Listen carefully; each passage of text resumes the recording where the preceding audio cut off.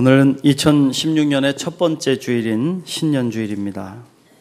새해 첫 주일 예배를 드리시는 여러분들 위해 만물을 새롭게 하시는 우리 주님의 권능이 충만하게 임하시기를 간절히 축원합니다.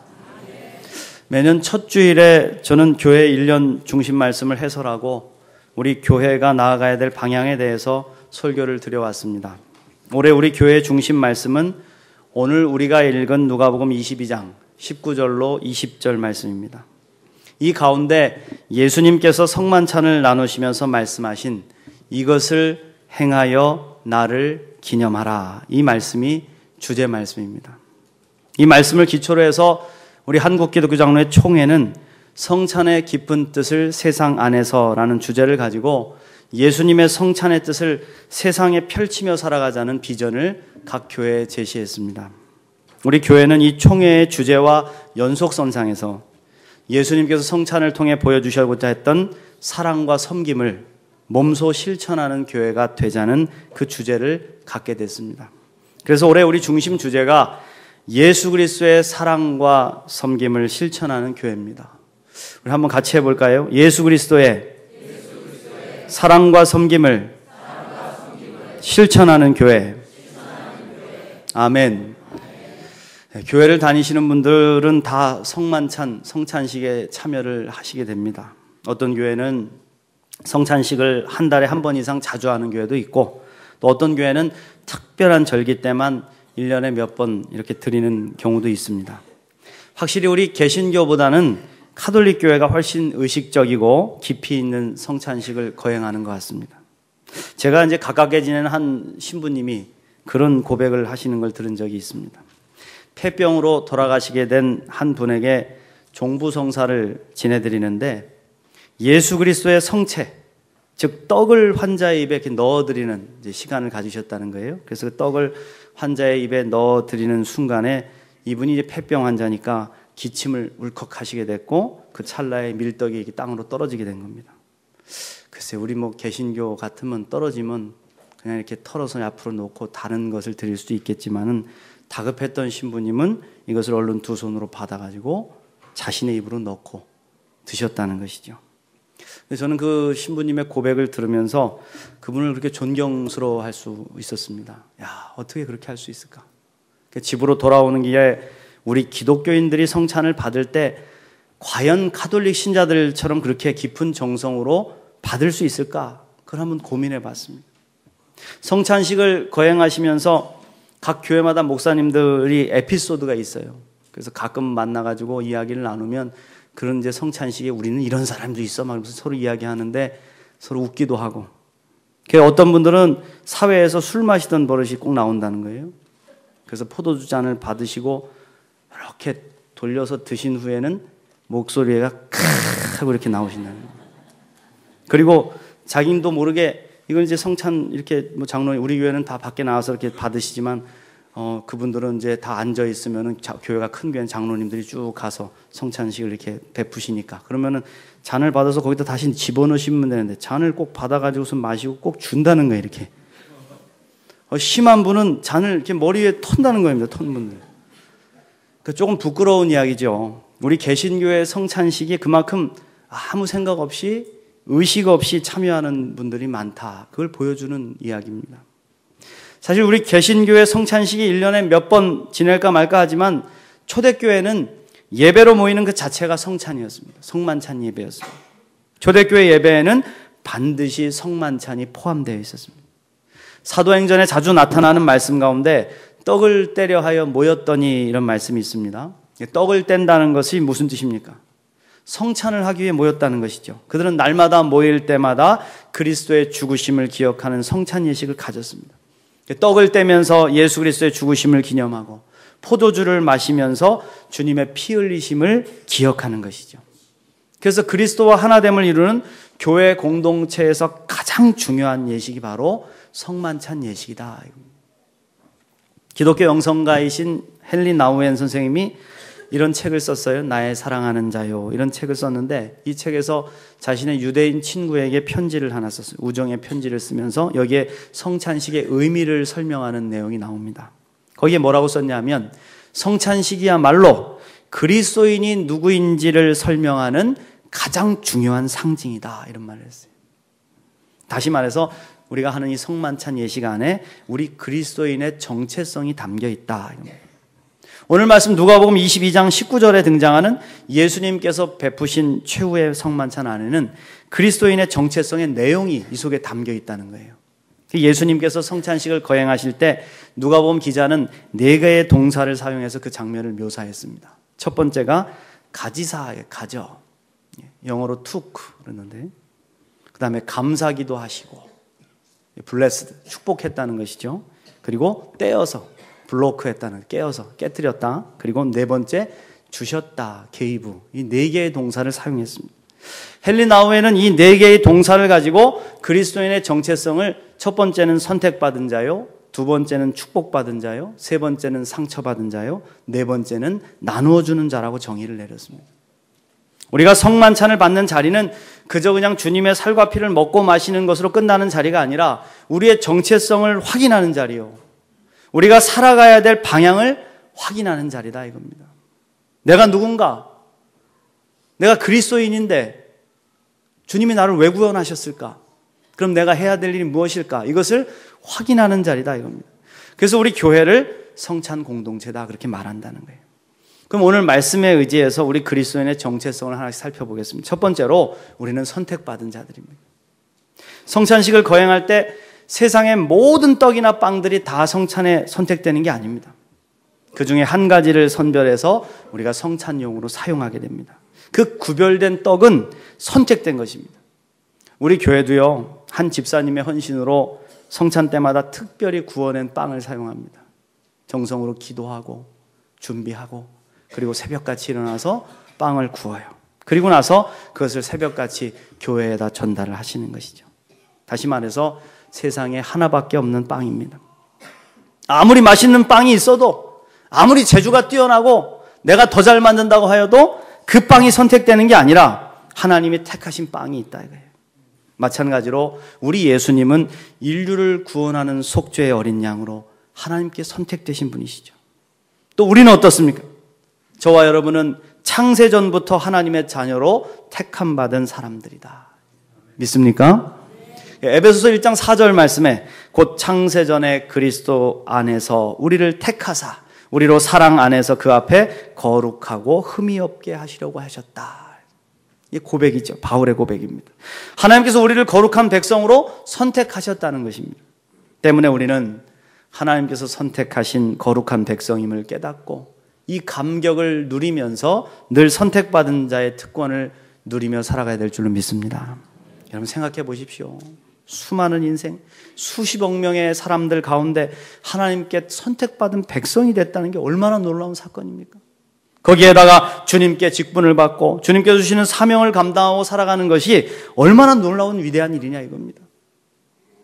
조시 맥도웰이라는 학원 순회 전도자가 있었대요. 이분이 전국에 있는 미국의 학원들을 이제 대학가죠. 학원을 다니면서 복음을 전하는 이제 그런 일들을 감당하는데 하루는 비행기를 타고 다른 지역으로 이동을 하는데 비행기 앞에 한 여승무원이 사람들을 맞이하는데 가슴에 장미꽃 한 송이를 탁 들고 환하게 웃고 있더라는 것입니다. 그래서 축하할 일이 생겼나 보다 하고 다가갔대요. 승무원에게 오늘은 내가 승무원을 축하해줘야지. 다가가가지고 물었대요. 아, 축하합니다. 애인에게 받으셨나 봐요. 이렇게 물었다는 겁니다. 그랬더니 승무원이 뜻밖의 대답을 하는 겁니다. 아닙니다. 제가 제 자신을 위해서 샀습니다. 우리도 그럴 때 있죠. 어떤 분들이 목사님 이건 제가 그냥 제 자신을 위해 샀어요. 그러면 제가 마음속으로 아이고 남편은 뭐하나, 자식 새끼들은 뭐하나, 좀 이렇게 좀 사드리고 기쁨을 드리지 왜 스스로 사게 만드나 그러면서 마음으로 은근하게 좀 불쌍한 마음을. 이 조시 맥도웰도 같은 마음을 가졌다는 거예요. 그래서 아이고 좀 안 됐다. 이 귀중한 날인가 본데 꽃 한 송이 주는 사람도 없어서 스스로 사다니 안 됐다. 그래서 다시 물었대요. 오늘이 특별한 날이신가 봐요. 그러자 그녀가 놀라운 대답을 하더라는 겁니다. 아닙니다. 제가 살아있고 여기에 존재하고 하나님께서 오늘도 이 비행기에서 사랑하는 이웃들을 만나서 건강하게 저들을 섬기는 자로 나를 선택해 주셨다는 사실이 너무 감사하고 감격스러워서 제가 저 자신을 축하해 주고 싶어서 꽃을 샀습니다. 할렐루야. 사랑하는 성도 여러분, 여러분도 이런 감격이 있으시기를 축원합니다. 오늘 여기 앉아 예배드리는 저와 여러분은 하나님께 선택받은 거룩한 자녀들임을 잊지 마시기를 축원합니다. 그 감격으로 여러분 자신을 위해서 기쁨의 꽃 한 송이를 선물할 수 있는 그 감동, 그것을 잊지 않고 살아가는 저와 여러분이 되시기를 간절히 축원합니다. 두 번째로 우리는 축복받은 존재들입니다. 예수님께서 성찬을 거행하실 때 떡과 잔을 가지시고 하신 일이 있습니다. 그건 바로 축복하시는 일이셨어요. 주님께서 저와 여러분을 선택하신 이후에 먼저 하시는 일이 있다. 그것은 축복해 주시는 것입니다. 믿습니까? 예수님이 감사기도를 드리시고 항상 이것을 축복으로 연결하세요. 예수님께서 하늘을 향하여 축사하시고 이것은 축복하고 감사하고 기도하셨다. 이런 의미입니다. 창세기 1장 28절에 보면 하나님이 우리를 남자와 여자로 창조하시고 제일 먼저 하신 일이 있습니다. 그게 무슨 일이죠? 축복해 주셨다. 축복해 주셨다. 하나님이 그들에게 복을 주시며 하나님이 그들에게 이르시되 생육하고 번성하여 땅에 충만하라, 땅을 정복하라. 주님이 우리를 만드시고 먼저 하신 일도 축복해 주신 것이죠. 그래서 유대인들은요, 자녀들을 교육할 때 빼놓지 않고 하는 가장 중요한 일이 있다고 합니다. 그건 바로 자녀들을 축복하는 거예요. 여러분들은 여러분들의 자녀들을 얼마나 축복해 주고 계십니까? 기도하면서 여러분들의 자녀들을 향해 얼마나 축복을 하시냐 이거예요. 아이가 태어나는 순간에 제일 먼저 축복합니다. 아이의 생일 때마다 축복의 메시지를 그에게 전하는 것이 제일 중요한 행사라 이거예요. 선물보다도 축복이 먼저다. 성인식을 할 때도 바 미츠바라고 하는 성인식을 하는데 그 절정에는 랍비와 이웃들을 다 초청해서 부모와 함께 성인이 된 아이에게 축복을 하는 일을 이 성인식의 가장 절정에 한다는 것입니다. 아이가 학교에 입학할 때도 축복하고 여행을 떠날 때도 축복하고 군인이 돼서 전쟁에 나갈 때도 축복하고 부모 자신이 생이 다 했다고 느낄 때도 자녀들을 불러다 놓고 축복을 남기더라 이거예요. 이 얼마나 하나님을 믿는 사람들만이 할 수 있는 특권이냐 이겁니다. 선물과 돈보다도 축복이 먼저라는 것. 여러분 깨달으시길 축원합니다. 사랑하는 성도 여러분, 우리는 모두 축복 속에 태어났으며 축복을 누리고 살다가 축복을 남기고 가야 될 사람들입니다. 그것이 성경이 말씀하는 인생입니다. 그러므로 우리는 날마다 축복하는 인생을 살아야 돼요. 나를 축복하고 또 여러분들의 배우자들을 축복하고 자녀들과 이웃들을 축복을 많이 해주십시오. 말로 축복하고 기도로 축복하고 미소로 축복하고 섬김으로 축복해주고 우리 기독교 문화가 낳은 가장 아름다운 언어는 바로 하나님이 당신을 축복하시기를 God bless you 그러잖아요. 하나님이 당신을 축복하시기를. 성찬에 참여하는 우리는 예수님이 주시는 축복을 누리고 그 축복을 다시 세상에 전해야 될 책임이 있는 줄로 믿습니다. 그러므로 성찬의 떡과 잔을 받을 때마다 예수님이 친히 여러분을 축복해 주심을 기억하십시오. 그리고 그 받은 축복을 가지고 나아가서 세상에 전하는 저와 여러분 되시길 간절히 축원합니다. 세 번째로 우리는 깨어진 존재들이래요. 깨어진 존재들. 성찬에서 선택받은 떡은요, 선택되고 축복받은 떡이죠. 굉장히 좋습니다. 그런데 선택받고 축복받아서 그냥 남으면 썩고 끝나는 것이죠. 그런데 축복을 받은 그 떡을 우리 예수님은 깨뜨리신다. 성경에서 떡을 떼사 이렇게 말씀하고 있지만 영어 성경으로 보면 broke the bread 그럽니다. 빵을 깨뜨렸어요. 왜 깨뜨려져야 될까요? 그것은 나누기 위해서입니다. 깨뜨려지지 않으면 나눌 수가 없기 때문에 그렇습니다. 옥합을 깨뜨린 마리아의 정성을 여러분 생각해 보십시오. 마리아가 옥합을 깨뜨렸기 때문에 순전한 나대양이 흘러나와서 예수님의 발을 적시고 온 집안을 향기로 채우고 그것이 성경에 기록되어 기념되지 않습니까? 나눔이 있고 사랑이 전해지기 위해서는 깨뜨림이 있어야 된다는 것입니다. 때로 하나님은 우리를 깨뜨리십니다. 헨리 나우에는 깨어진 우리를 가리켜서 상처받은 자다 그렇게 말을 하고 있어요. 하나님께서 우리를 깨뜨리실 때 상처가 생겨난다는 거예요. 깨뜨림은 고난이고 아픔입니다. 그런데 그 깨뜨림이 반드시 필요하다. 깨뜨려져야지만 향기가 흘러나오고 사랑이 전달될 수 있기 때문에 인생의 상처 없이 하나님의 사람으로 만들어지지 않고요. 이웃의 상처를 만져주는 인생을 결코 살아갈 수 없다 이겁니다. 때로 고난을 우리가 당하며 깨뜨려질 때 우리의 자세가 참 중요한 것 같아요.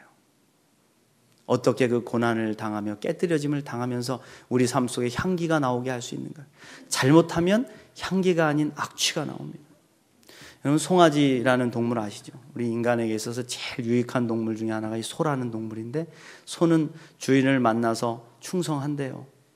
주인이 일을 시키면 일도 하고 주인과 사랑을 나누고 그렇게 평생을 살다가 마지막 가는 길에는 자기 스스로의 몸을 바쳐서 또 가죽까지 고기까지도 다 나누어 주어가는 충성된 동물이 소라 그러잖아요. 예전에 제가 어떤 영화를 봤는데 그런 장면이 나오더라고요. 이제 요리를 하는 영화인데 그 요리 대회에 나가서 이제 최후 결승전을 펼치는데 그 재료가 최고급 소고기 요리를 만드는 거였나 봐요. 근데 이 1등급 소고기 요리를 찾고선 막 전국을 돌아다니는데 그 소를 찾기가 어려운 거야. 그런데 정말 주인에게 헌신한 그 소가 기쁜 마음으로 주인을 위해서 눈물을 흘리며 마지막 생을 마치고 나온 그 송아지. 그 송아지를 잡아서 만든 고기가 1등급 고기가 돼서 나중에 이제 승리하는 모습을 보이는 걸 봤어요. 동물도요, 죽을 때 어떻게 죽느냐에 따라서 향기도 나고 어떻게 죽느냐에 따라서 악취도 난다는 겁니다. 우리도 마찬가지입니다. 우리도 때때로 하나님께서 깨뜨릴 때가 있어요. 우리 그리스도인들이 고난당하며 깨질 때 주님을 위해서 기꺼이 고난을 당하면 향기가 나더라. 우리 속에서 그리스도의 향기가 드러나더라. 우리 예수님도 철저히 깨뜨려진 인생을 사셨습니다. 십자가 위에서 자신을 깨뜨리셨습니다. 그래서 그 깨뜨리심을 통해서 보혈이 흘러나왔어요. 우리 주님의 보혈은 향기로운 보혈. 온 세상 죄를 다 덮고 씻어도 모자람이 없는 보혈의 향기가 흘러넘쳤다. 할렐루야. 사랑하는 성도 여러분, 지금 저와 여러분이 처한 자리가 깨어짐의 자리는 아니십니까? 그러나 그 깨어짐의 자리, 십자가를 피하지 마십시오. 그 깨어짐을 통하여 이루시는 하나님의 은혜의 역사를 바라보시기 바랍니다. 그리고 예수님처럼 고백합시다. 아버지, 내 뜻대로 마십시고 아버지의 뜻대로 되기를 원하나이다. 성찬을 받아 먹고 마시면서 깨어진 예수님을 기억하고 이제는 우리가 깨어져야 할 때임을 생각하면서 주님을 위해 기꺼이 깨어질 수 있는 저와 여러분 되시길 축원합니다. 마지막으로 우리는 나누는 존재다. 예수님 깨뜨린 빵을 제자들에게 나누어 주셨습니다. 나누어 주시면서 이렇게 말씀하십니다. 이것은 너희를 위하여 주는 내 몸이라. 무슨 뜻입니까? 주님은 지금 그저 떡과 포도주를 나누시는 것이 아닙니다. 자신의 몸을 주십니다. 자신의 존재 전체를 나누어 주셨다는 겁니다. 성찬을 통하여 우리는 예수님의 몸과 생명과 피를 우리에게 받은 한 몸 공동체가 되는 것이죠. 그러나 성찬의 은혜는 거기에 머물러 있으면 안 돼요. 아, 좋네. 주님의 빵이 오늘은 좀 쫄깃쫄깃하네. 맛있네. 오늘 포도주가 좀 진하네. 거기서 끝나는 게 아니라 내가 받아 마셨으면 이제 그 생명을 나누며 살아야 된다. 성찬은 나눔을 통해서만이 완성될 수가 있다. 우리가 성만찬을 받았다면 최소한 그 주간만이라도 더 거룩하게, 더 정성스럽게 나눔을 실천하는 그런 삶을 살 수 있어야 된다는 거예요. 예수님은 나누시기 위해서 취하기도 하셨고 축복하기도 하셨고 깨뜨리기도 하신 것입니다. 그래서 예수님께서 자기의 전 존재를 나누셨듯이 우리 그리스도인의 존재 목적도 바로 나누는 존재로 살아가야 된다는 거예요. 천국 유머 가운데 이런 말이 있대요, 여러분. 나누는, 사랑을 나누며 살아갔던 사람들 금메달, 사랑을 받으며 산 사람들 은메달, 사랑을 기다리며 산 사람들 동메달, 마지막으로 사랑을 잃어버리고 산 사람들은 목메달 그러더라고요. 그러니까 그리스도인들이 사랑을 나누며 살아야 할 존재인데 그냥 받기만 하고 잊어버리고 감사도 모르고 남 사랑할 줄 모르면 그 존재 목적을 잃어버린 것이다. 그러면 우리는 사랑을 나누는 존재로 살아가야 됩니다. 가능하면 더 많이, 더 폭넓게, 더 진실되게 우리의 사랑을 나눌 수 있어야 된다. 사랑하는 성도 여러분, 우리 예수님은 우리를 위하여 몸을 주셨습니다. 살과 피를 나누어 주시고 우리에게 부탁하셨습니다. 이것을 행하여 나를 기념하라. 여기서 기념하라고 말씀하셨는데 이 부분의 영어 성경을 보면 remembrance라고 합니다. 기억이라는 뜻이에요. 기억. 그래서 우리 총회의 주제는 이것을 행하여 나를 기억하라로 바꿔져 있어요. 기억하라. 예수님이 행하신 이 일을 기억하며 살라 이겁니다. 우리의 삶은 우리의 기억에 기초하고 있습니다. 여러분의 삶은요, 여러분의 기억이 만들어낸 거예요. 과거의 기억들이 현재의 나를 형성하고 있고 미래의 내가 어떻게 살아갈지 방향을 보여줍니다. 그래서 과거의 안 좋은 기억과 나쁜 기억에 계속 매여 있어서 그 기억을 가지고 살면 내 삶의 방향도 거기에 갇혀 있는 거예요. 그래서 우리의 기억을 무엇을 중심으로 기억하며 사는 게 참 중요하다. 그래서 예수님 뭐라는 겁니까?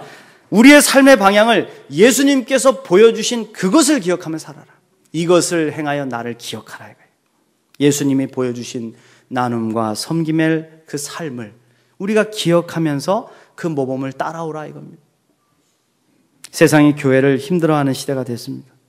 이제 교회가 더욱 초심으로 돌아가야 될 때입니다. 그 기초는 바로 예수님이 보여주신 성만찬 공동체로 돌아가는 것입니다. 초대교회가 예수님이 보여주신 성만찬을 행하며 그 뜻을 따라 세상의 섬김을 실천할 때 부흥하고 아름다운 향기를 발했듯이 우리 교회도 그리해야 될 줄은 믿습니다. 이제 2016년 우리 양천교회가 예수님을 본받아서 사랑과 섬김을 실천하는 교회가 되기를 바랍니다. 모든 부서와 모든 신도회와 모든 교회 학교가 하나의 방향을 가지고 어떻게 하면 사랑과 섬김을 실천할 수 있을까? 어떻게 하면 전할 수 있을까? 어떻게 하면 그런 공동체를 이루도록 가르칠 수 있을까? 여기에 초점을 맞추시고 계획하고 기도하면서 믿음으로 전진해가는 우리 양천교회 공동체가 되시기를 간절히 축원합니다.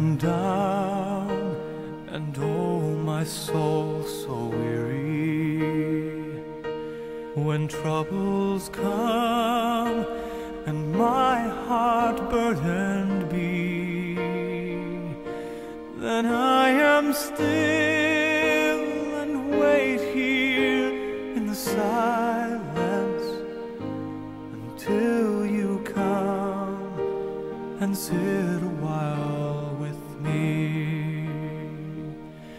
You raise me up so I can stand on mountains. You raise me up to walk on stormy seas. I am strong when I am on your shore.